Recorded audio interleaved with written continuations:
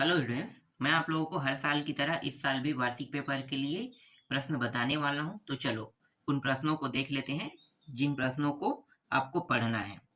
तो इस वीडियो में मैं आपको पहले 6-6 नंबर के प्रश्न बताऊंगा, है ना। उसी से शुरुआत करते जाएंगे, 6 नंबर 5 नंबर इस तरीके से चलते जाएगा। तो स्टार्टिंग में हम लोग 6 नंबर के प्रश्न देखने वाले हैं।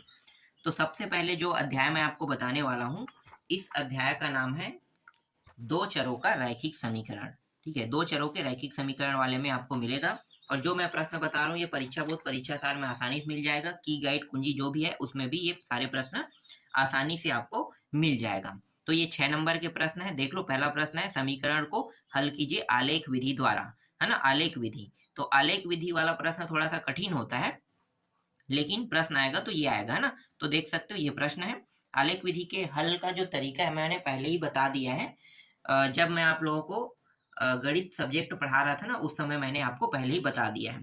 तो जब आपको इस प्रश्न को ढूंढना है ना, तो आलेख विधि द्वारा बनाने की विधि अगर ढूंढना चाहते हो तो आप पीछे के वीडियो को देखकर सीख लेना, ठीक है। और ये प्रश्न आने वाले प्रश्न है, तो इन प्रश्नों को अच्छे से तैयार कर लेना। एक प्रश्न ये हो गया। आलेख विधि में देखो इस तरीके से आलेख बनेगा, है ना। आलेख विधि इसी कहते हैं। तो ये प्रश्न आसानी से मिल जाएगा, इसलिए मैं आपको पूरा नहीं दिखा रहा हूँ।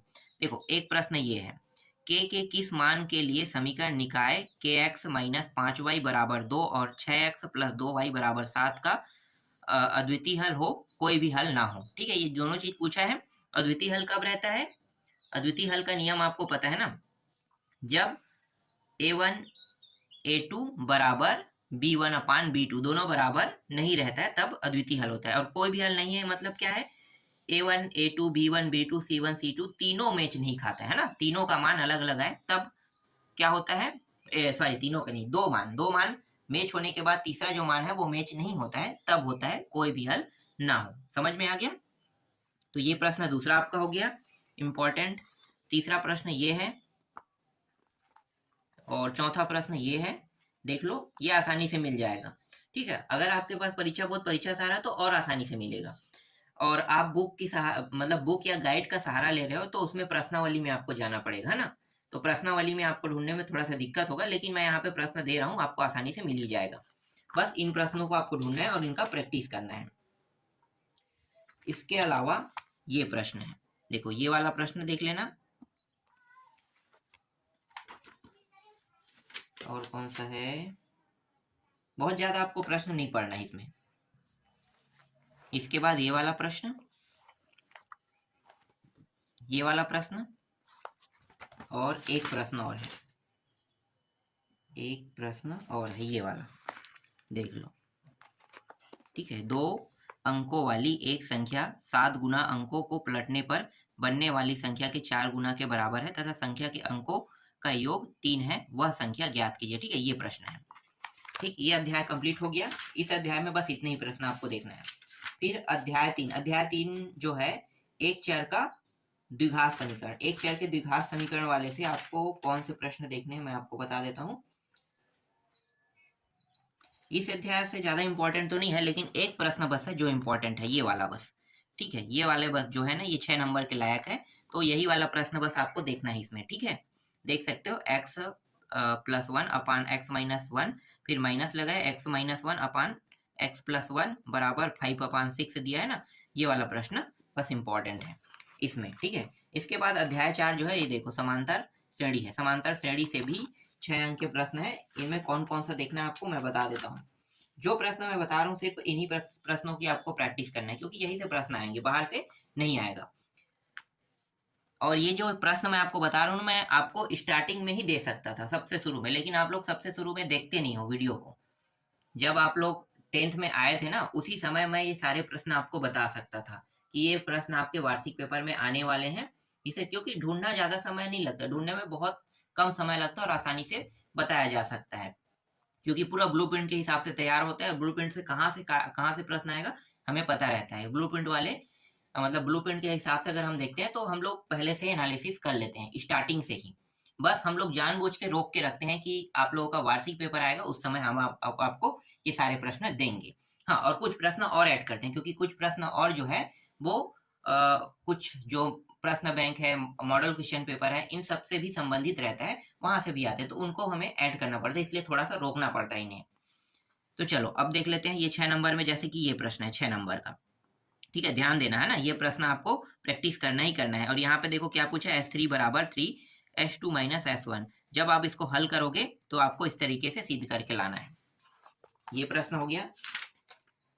इसके बाद और कौन सा है, हाँ ये वाला, ठीक है, ये चौथा जो आपको दिखाई दे रहा है ना, ये वाला पीवा पद एक अपान क्यू वाला है ना, और ये प्रश्न आपको अच्छे से तैयार करना है, ये भी बहुत इंपॉर्टेंट प्रश्न है। तो ये 6 नंबर का दूसरा प्रश्न हो गया इसमें। और कौन कौन सा है, और ये वाला प्रश्न है, ठीक है, इसको आपको देखना है, प्रैक्टिस कर लेना। मैं थोड़ा सा जूम कर देता हूँ, ठीक, ये वाला प्रश्न हो गया। और इसके बाद देखो ये वाला प्रश्न, आपको इसको प्रैक्टिस कर लेना है, ये वाला प्रश्न भी बहुत महत्वपूर्ण है ना, पीवा पद क्यूआ पद वाला, इस तरह पी प्लस क्यूआ पद 0 है, इस प्रकार से प्रश्न है, इनको आपको प्रैक्टिस कर लेना है। और ये वाला प्रश्न भी आपको प्रैक्टिस कर लेना है, ठीक है, ये वाला देख सकते हो, ये इस प्रकार से है, ठीक, ये प्रश्न आप लोग ढूंढ लेना, ढूंढने के बाद प्रैक्टिस कर लेना। इसके अलावा ये वाला प्रश्न भी इंपॉर्टेंट है, देखो 11 और -7 के बीच 5 समांतर माध्य ज्ञात कीजिए, ये प्रश्न इंपॉर्टेंट है। और एक प्रश्न बस और है, ठीक है, ये 6 नंबर में बस इतना ही प्रश्न है इसमें, यूनिट 1 में। तो ये वाला प्रश्न भी इंपॉर्टेंट प्रश्न है, बस इतने प्रश्नों को आपको अच्छे से तैयार कर लेना है, यहाँ से आपको प्रश्न गारंटी देखने को मिलेगा ही मिलेगा, ठीक है। इसके बाद अगला जो अध्याय है वो मैं आपको दिखा देता हूँ 6 नंबर वाले। तो 6 नंबर वाले में हम अगला अध्याय देखने वाले हैं, अध्याय 9, ठीक है, अध्याय 9 क्या है भाई, देखो अध्याय 9 का नाम है त्रिकोणमिति समीकरण एवं सर्व समीकरण। यहाँ से भी 6 अंक के प्रश्न आएंगे। तो अध्याय 9 में कौन कौन सा प्रश्न आपको देखना है, पढ़ना है, वो मैं आपको बता देता हूँ।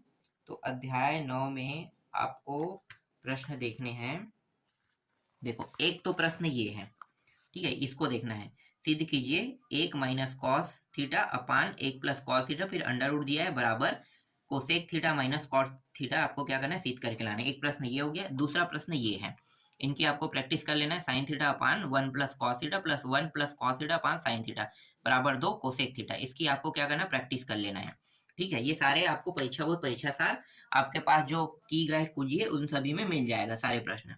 हाँ, की गाइड कुंजी में थोड़ा सा आपको परेशानी होगा, क्योंकि ये अध्यायों में आपको मिलेगा, है ना, अध्याय बोल रहा हूँ, प्रश्नावली में मिलेगा। और कुछ प्रश्न एग्जाम्पल के भी है, एग्जाम्पल का भी यहाँ पे ऐड है, याद रखना, परीक्षा सार में एग्जाम्पल के जो महत्वपूर्ण प्रश्न पहले से ऐड कर दिया जाता है, इसलिए मैं जब आप लोगों को पढ़ाता हूँ तो उस समय मैं एग्जाम्पल के प्रश्न को ऐड नहीं करता हूँ, एग्जाम्पल के प्रश्न को ऐड नहीं किया जाता, इसीलिए क्योंकि ये पहले से परीक्षा सार में ऐड हो जाता है, जो आने वाले प्रश्न है, इसलिए उसी समय मैं आपको बता देता हूँ कि हाँ ये प्रश्न एग्जाम्पल से आ सकता है, एग्जाम्पल वाला भी यहाँ पे ऐड है ना।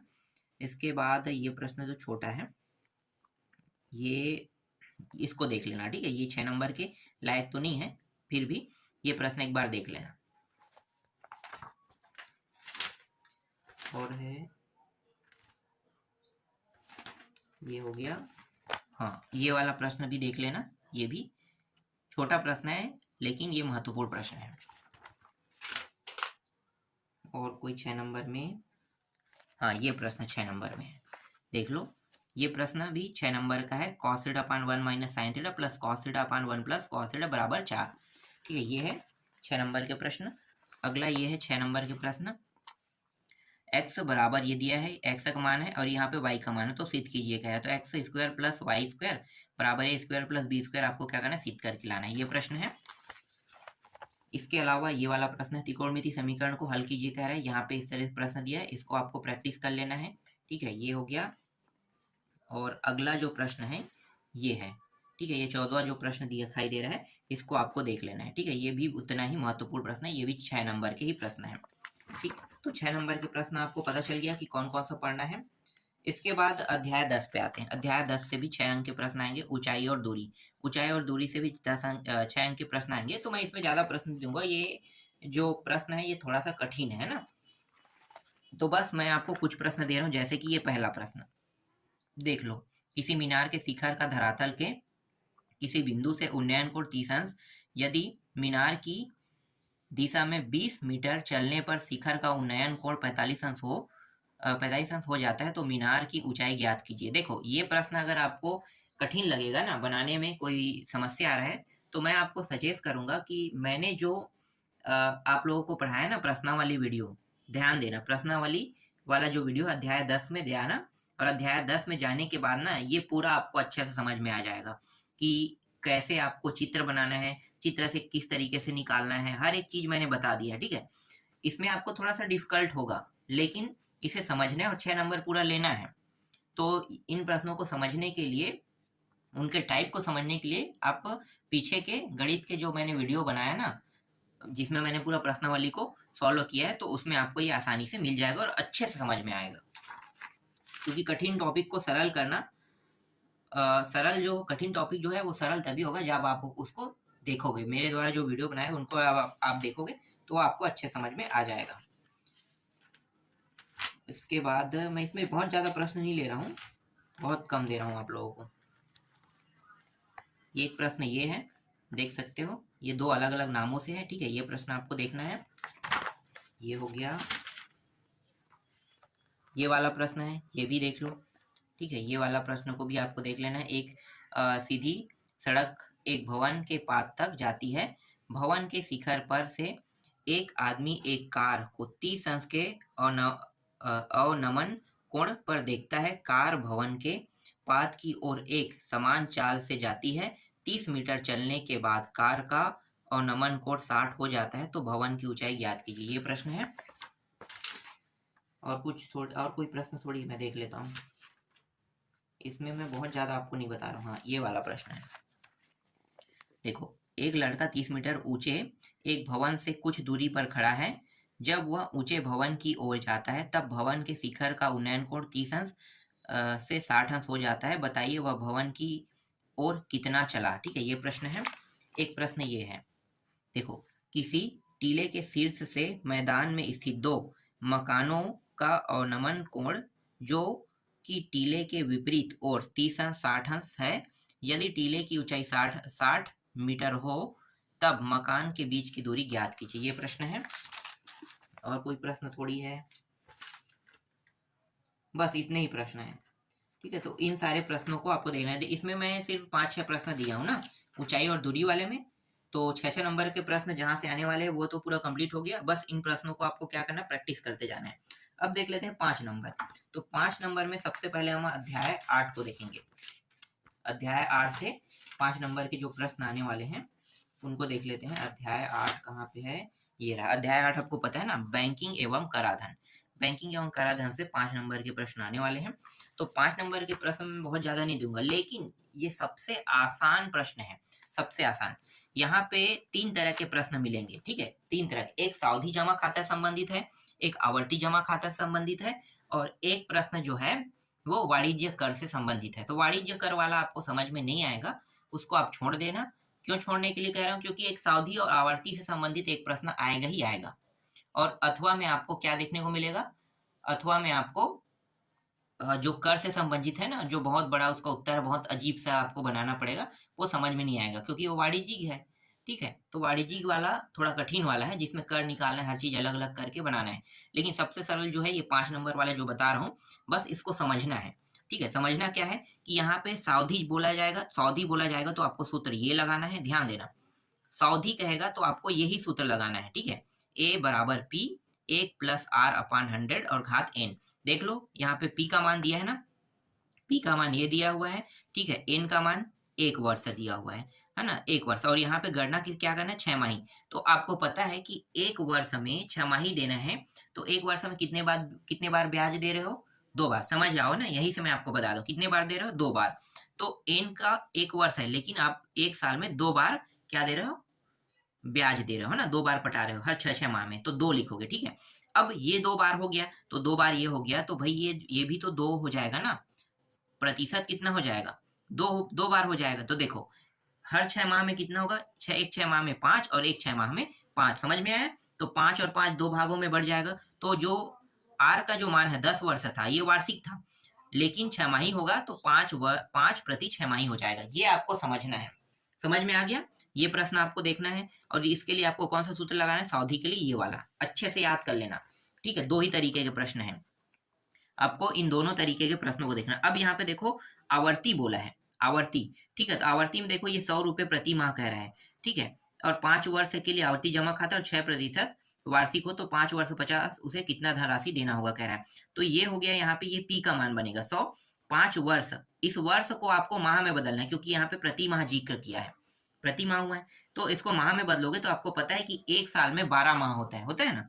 तो 12 से 5 को गुणा कर दो, 12 पंचे कितना हो 60, तो 60 माह हो जाएगा। देखो तो n का मान कितना आ गया, 60 माह आ गया, सिंपल है। अब ये 6% क्या है, वार्षिक है, तो इसको आपको कुछ नहीं करना है, 6 का 6 रखना है। बस यहाँ पे आवर्ती का जिक्र हुआ है प्रश्न में, तो आपको सूत्र क्या लगाना है, ये वाला सूत्र याद रखना, ब्याज p गुणित r अपान 100 गुणित 1 अपान 12 n, फिर कोष्टक के अंदर n+1 अपान 2, इस सूत्र का उपयोग करना है। तो 2 ही तरीके के प्रश्न आपके एग्जाम में आएगा, या तो ये आएगा आवर्ती आएगा, या तो सावधि आएगा। ठीक है, और एक प्रश्न पहले से फिक्स है, कौन सा वाला, कर वाला। तो कर वाला मैं पहले ही बता देता हूँ वो कठिन है, आप लोग छोड़ देना। ठीक है, आप लोगों को उसे छोड़ देना है, बस इनको फोकस करना है एकदम आसान तरीके से। यहाँ से 5 नंबर मिल जाएगा, इनको फोकस करना है और इनको फोकस करना है, बस इन दोनों तरीके के प्रश्नों को आपको अच्छे से तैयार कर लेना है। ठीक है, जो महत्वपूर्ण प्रश्न है वो मैं आपको दे देता हूँ। हल्का फुल्का नाम चेंज कर देते हैं बोर्ड वाले, जैसे यहाँ सतीश के जगह में कर देगा, ठीक है, चेंज करके राहुल कर देगा। आप यहाँ पे थोड़ा कंफ्यूज हो जाओगे, यहाँ पे 100 की जगह में 200 कर देगा। ठीक है, इन ऐसे प्रश्नों में थोड़ा सा चेंज करेंगे ही करेंगे बोर्ड वाले। तो ऐसा नहीं है कि जो मैं यहाँ पे ये प्रश्न बता रहा हूँ वही आए, बस आपको ये ध्यान देना है कि यहाँ पे जिक्र किसका किया, देखो आवर्ती किया है कि सावधि का किया है, ये आपको ध्यान देना है। तो यहाँ पे आवर्ती का किया है, तो आवर्ती का किया है भाई, तो आपको समझ जाना है कि आवर्ती के लिए आपको ये सूत्र लगाना है ना। और यहाँ पे देखो 6 माह पहले से दे दिया है, 6 माह दे दिया है, तो क्या आप इसको चेंज करोगे, और नहीं ना, वर्ष बस को आपको क्या करना है, माह में चेंज करना है, ध्यान देना, वर्ष बस को इसमें चेंज करना होता है। ठीक है, इसके बाद यहाँ पे देखो ये वाला प्रश्न भी इंपॉर्टेंट है, यहाँ पे 2 वर्ष का है, 2 वर्ष को अगर आप चेंज करोगे माह में कितना हो गया, एक वर्ष में 12, 12 दूनी 24, तो 2 से जब गुणा करोगे 12 को तो 12 दूनी 24 हो जाएगा, हो गया चेंज। ठीक है, इसके बाद देखो p का मान है, n का मान इस तरीके इस सूत्र में रखोगे। बोला क्या था, आवर्ती बोला था ना, ध्यान देना, आवर्ती है सावधि, पूरा पढ़ने की जरूरत नहीं है, आपको ये देखना है कि आवर्ती है कि सावधि है। जैसे यहाँ पे आवर्ती दिखेगा तो आपको पता चलेगा कि ये सूत्र, और दूसरा क्या है, दूसरा है इसके वर्ष को आपको माह में चेंज करना है, बस ये याद रखना। ठीक है, बाकी सब सेम रहेगा, बस मान को रखोगे उत्तर आ जाएगा। अगला प्रश्न है ये वाला, देखो यहाँ पे हमें देखना है, क्या देखना है, आवर्ती देखना है। देखो आवर्ती या सावधि है, देखो यहाँ पे आवर्ती दिया है, तो वर्ष को क्या करोगे, माह में चेंज करोगे, 12 पंचे 60 हो गया, बाकी सब सेम टू सेम रहेगा, बस यहाँ पे सूत्र है, सूत्र में मान रखोगे, उसके बाद हल करोगे, उत्तर आ जाएगा। अगला प्रश्न देखो ये वाला भी इंपॉर्टेंट है, ये वाला, यहाँ पे देखो आवर्ती बोला कि सावधि, देखो ये भी आवर्ती वाला है, ये आसानी से बन जाएगा। हाँ, यहाँ पे अब थोड़ा सा क्या है, देखो ये 100 रुपये दिया है, वर्ष यहाँ पे दिया है, इस बार क्या निकालना है, दर निकालना है। तो दर कैसे निकालोगे, तो ये पहले से जो मान दिया है ये ब्याज का मान है। ठीक है, इस बार किस यहाँ पे रखोगे जहाँ पे ब्याज है, सूत्र दिखा देता हूँ मैं, देखो यहाँ पे रखोगे, ब्याज का मान है, तो r का मान निकालोगे, तो देखो r जैसा वैसा रहेगा, अंत में r का मान निकल जाएगा, बस हल करना है, ज्यादा कुछ करने की जरूरत नहीं है। इसके बाद और भी प्रश्न है, मैं सारे प्रश्नों को नहीं देने वाला। ठीक है, बस आपको ये जानना है कि आवर्ती सावधि में कौन कौन से प्रश्न इंपॉर्टेंट है। तो सावधि वाला देखो, ये एक प्रश्न और देख लेते हैं। सावधि में कम दे रहा हूँ, आवर्ती में ज्यादा दे रहा हूँ, क्योंकि दोनों प्रश्न बहुत सरल है, बहुत ही सरल। देखो यहाँ पे 20,000 दिए, 1 वर्ष के लिए सावधि जमा खाता, यदि ब्याज की दर 6% वार्षिक हो, 6 माही करना है, यहाँ भी तिमाही और 6 माही है ना, ये 6 माही आ गया, यहाँ पे तिमाही भी आ सकता है, ये तिमाही कर दिया तो क्या करना है, 1 वर्ष में कितने बार पटाओगे, 4 बार पटाओगे, हर 3-3 माह में ब्याज दर हो तो 3 भाग में, 4 भाग में वो बढ़ जाएगा, है ना, ये याद रखना। और यहाँ पे 6 माही का है मतलब 1 भाग में, तो ये भी बढ़ जाएगा, ध्यान देना, ये कितने भाग में बढ़ जाएगा, 6 माही मतलब 3 और 3 2 भाग में, तो 3 1 6 माही में 3%। देखो यहाँ पे आपको पूरा दिखाया गया है, आपको ये अपने तरीके से दिमाग लगाना है। देखो 1 वर्ष में 2 बार पटाएगा, है ना, r अपान 6 अपान 2, क्योंकि 2 बार पटा रहा है ना, तो 2 बार तो 3 पर 6 माही हो जाएगा। तो यही अगर तिमाही होगा तो ये जो दर है ना ये 8 हो जाएगा, है ना, मतलब दर बोल रहा हूँ, 8 बोल रहा हूँ, 6 बोल रहा हूँ, 6 ठीक है, 6 जो है ये चेंज हुआ है, और ये 1 वर्ष में 4 बार हो जाएगा, ध्यान देना, 1 वर्ष में कितने बार, 4 बार। तो ये चीज आपको समझना है। ठीक है, और कोई प्रश्न थोड़े इंपॉर्टेंट है, देखो ये आयकर से संबंधित है, आयकर से संबंधित एक प्रश्न आएगा ही आएगा, लेकिन ये आपसे बनेगा नहीं, बहुत कठिन है, बहुत पेचीदा है, और अगर इसको बनाने बैठ जाओगे ना तो आपका समय एकदम वेस्ट हो जाएगा, क्योंकि ये कई आधा घंटा से भी ज़्यादा समय ले सकता है। तो ऐसे प्रश्नों को प्रैक्टिस ही मत करना। चलो अगला दिखाते हैं। एक और प्रश्न यहाँ पे आवर्ती से। रोहन ने डाकघर में 50 वाला दिया ना, तो यहाँ पे क्या बोला, आवर्ती बोला। 5 वर्ष को क्या करना है, 5 वर्षों को माह में बदलना है, तो 12 पंचे 60 हो गया। बस यही करना था इसमें। ठीक है, तो सावधि से मैंने 2-3 प्रश्न ही दिया है, आवर्ती से ज्यादा दिया है, फिर भी इससे रिलेटेड प्रश्न आपसे बन जाएंगे। चलो अब अगला अध्याय देख लेते हैं। अध्याय 11। अध्याय 11 थोड़ा कठिन वाला अध्याय है। तो अध्याय 11 से 5 नंबर के प्रश्न आने वाले हैं। ज्यादा प्रश्न मैं नहीं बताऊंगा अध्याय 11 से। देखो एक प्रश्न ये है, अध्याय 11 नाम क्या है, समरूप त्रिभुज है ना। अध्याय 11 समरूप त्रिभुज। समरूप त्रिभुज से आपको ये प्रश्न देखने हैं। एबीसी एक त्रिभुज है जिनके एडी और इसका मतलब होता है लंब बीसी। सिद्ध कीजिए कि A B square plus C D square बराबर B D square plus A C square. ठीक है, ये प्रश्न इंपॉर्टेंट है, इसको आपको देख लेना है। एक प्रश्न ये हो गया।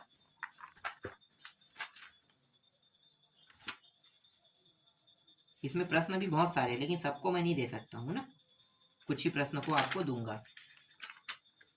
जैसे कि ये प्रश्न देख लो, ये जो छठवां वाला प्रश्न है, यहाँ पे आई वी बराबर 36 मीटर, वी ई बराबर 20 मीटर और ई वी बराबर 15 मीटर, तो नदी की चौड़ाई आर आई कितनी होगी। ये प्रश्न इंपॉर्टेंट है, इसको आपको देख लेना है। इसके अलावा इसमें ये वाला प्रश्न भी आपको देख लेना है।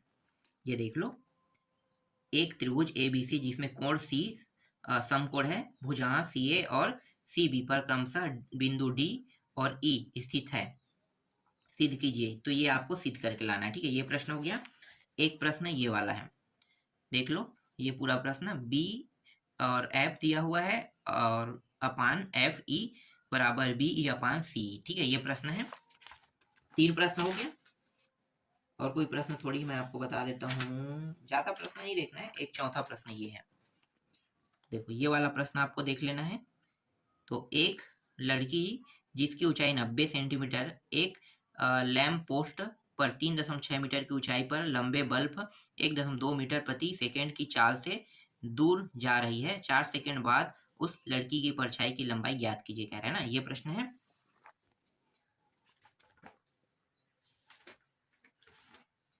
और इसमें कोई इंपॉर्टेंट थोड़ी है, देख लेते हैं। है 2 प्रश्न और है यहाँ पे, ये वाला देख लो, ये वाला इंपॉर्टेंट है। सिद्ध कीजिए कि एक समकोण त्रिभुज कर्ण का वर्ग शेष 2 भुजाओं के वर्गों के योग के बराबर होता है। ये प्रश्न आपको देख लेना है। और एक प्रश्न ये वाला देखना है। ठीक है, सिद्ध कीजिए कि यदि किसी त्रिभुज की एक भुजा के समांतर बाकी 2 भुजाओं को भिन्न भिन्न बिंदुओं पर प्रतिच्छेद करती हुई एक रेखा खींची जाए तो यह रेखा उन दोनों भुजाओं को एक ही अनुपात में विभाजित करती है। ये प्रश्न इंपॉर्टेंट है।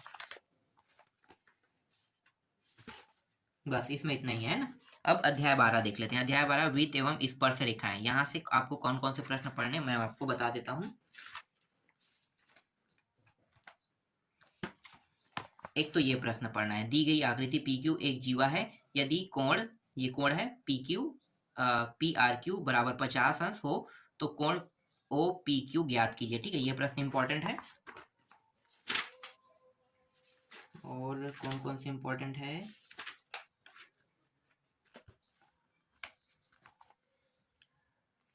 एक मिनट, ये वाला प्रश्न देखो। इसके बाद है सिद्ध कीजिए कि चक्री चतुर्भुज के सम्मुख कोणों का योग 180 होता है। ये वाला देख लेना है। ठीक है, ये इंपॉर्टेंट है। सिद्ध कीजिए कि किसी चाप द्वारा वृत्त के केंद्र पर बना कोण इसी चाप द्वारा वृत्त की परिधि किसी बिंदु पर बने कोण के दुगना होता है। ये प्रश्न इंपॉर्टेंट है। अगला प्रश्न ये है, देखो, यदि, तो ये एक प्रश्न ये था ना, तो यदि पी ए बी वृत्त की छेदक रेखा हो जो वृत्त को ए और बी प्रतिच्छेद करती है और पी टी एक स्पर्श रेखाखंड हो तो सिद्ध कीजिए कि पी ए गुणित पी बी बराबर पी टी स्क्वायर। ठीक है, ये प्रश्न है, इनको आपको अच्छे से देख लेना है। और कौन सा है इसमें, ये वाला प्रश्न देखो, ये वाला देखना है। एक वृत्त की त्रिज्या 20 सेंटीमीटर, 2 बराबर और 2 समांतर जीवाओं के बीच की दूरी 24 सेंटीमीटर, जीवा की लंबाई ज्ञात कीजिए। ठीक है, ये प्रश्न आपको देखना है। इसके बाद जो अगला अध्याय है ये वाला देखो, अध्याय 13 रचना, यहाँ से भी प्रश्न आएंगे। तो रचना वाले अध्याय में आपको कौन कौन सा देखना है। ये रचना वाला थोड़ा सा कठिन रहेगा ना, क्योंकि इसमें रचना करना है। अगर आपको समझ में आ रहा है तो मैं बता देता हूँ कौन कौन सा पढ़ना है, सबको नहीं पढ़ना है। यहाँ पे एक प्रश्न ये पढ़ना है, एक त्रिभुज PQR की रचना कीजिए। साथ ही एक और ABC त्रिभुज की रचना कीजिए, कह रहे AB बराबर 2/3 PQ, ये रहेगा एक प्रश्न, इंपॉर्टेंट है। अगला प्रश्न है, एक त्रिभुज ABC बनाइए जिसमें BC 5.5 सेंटीमीटर, कोण ABC बराबर 75 अंश, कोण ACB बराबर 45 अंश हो, तो इस त्रिभुज के समरूप एक त्रिभुज XYZ बनाइए जिसमें YZ बराबर 5/4 BC। ठीक है, ये प्रश्न है इंपॉर्टेंट, इसको आपको अच्छे से तैयार कर लेना है। इसके अलावा ये वाला प्रश्न आपको अच्छे से तैयार कर लेना है। देखो, एक त्रिभुज PQR बनाइए जिसमें QR बराबर 6 सेंटीमीटर, PQ बराबर 5 सेंटीमीटर, कोण PQR बराबर 60 अंश। तो इस त्रिभुज के समरूप एक अन्य त्रिभुज ABC बनाइए जिसमें AB बराबर 2/5 PQ हो। ये प्रश्न इंपॉर्टेंट है।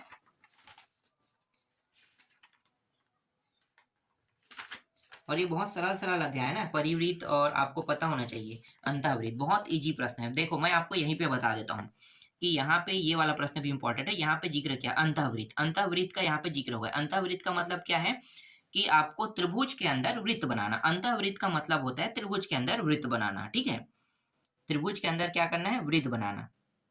ये चीज आपको ध्यान देना और रचना करना है। तो दो ही तरीके के प्रश्न है, याद रखना, अंतःवृत्त और परिवृत्त। तो इस अध्याय से जब भी प्रश्न आएगा तो कहेगा कि परिवृत्त करो या फिर अंतःवृत्त करो। मैं आपको चित्र दिखा देता हूँ। देखो, ये इस प्रकार से एक त्रिभुज बना है ना, त्रिभुज बना है। तो त्रिभुज के अंदर, अंतः मतलब अंदर, त्रिभुज के अंदर वृत्त का निर्माण करना, ये होता है, क्या होता है, अंतःवृत्त होता है। ये प्रश्न समझ में आ गया। ठीक है, अब परिवृत्त से दिखाता हूँ मैं आपको। देखो, जैसे कि ये प्रश्न महत्वपूर्ण है, तो यहाँ पे परिवृत्त का है। परिवृत्त मतलब क्या है कि वृत्त के अंदर अब त्रिभुज का निर्माण करना है ना, वृत्त के अंदर त्रिभुज का निर्माण करना। तो मैं ये चित्र भी दिखा देता हूँ, इसके बाद आपको रचना करना है। देखो, ये रहा वृत्त, और वृत्त के अंदर देखो त्रिभुज का निर्माण किया गया है। तो इसकी आपको क्या करना है, रचना करना है। समझ में आ गया। दो ही तरीके के प्रश्न है। इस एग्जाम में जब आएगा ना तो कहेगा अंतःवृत्त करो या फिर परिवृत्त करो। अंतःवृत्त, परिवृत्त, समझ में आ गया। अंतःवृत्त मतलब त्रिभुज के अंदर वृत्त बनाना, और परिवृत्त कहेगा तो वृत्त के अंदर इस बार त्रिभुज बनाना है। ये चीज बस आपको ध्यान देना है इस प्रश्न में। एक प्रश्न ये इंपॉर्टेंट है, दो प्रश्न और इसमें, एक प्रश्न ये आपको देख लेना है, ये बहुत महत्वपूर्ण प्रश्न है, और एक प्रश्न ये वाला बहुत ही महत्वपूर्ण प्रश्न है। तो जो मैंने अभी आपको प्रश्न दिखाया है, बस इन सारे प्रश्नों को आपको प्रैक्टिस करना है। 5 नंबर और 6 नंबर से जो प्रश्न देखने को मिलेगा वो सारे प्रश्न मैंने आपको बता दिया है। तो 5 नंबर और 6 नंबर आपका फिक्स हो गया। ठीक है, इस तरीके से 6 दूनी 12 और 5 दूनी 10, कितना हो गया, 22 नंबर। 22 नंबर का आपका पूरा प्रश्न बता दिया है ना, बता दिया गया। तो सारे प्रश्न जो मैंने अभी बताया इनको टिक कर लेना और अच्छे से प्रैक्टिस करना।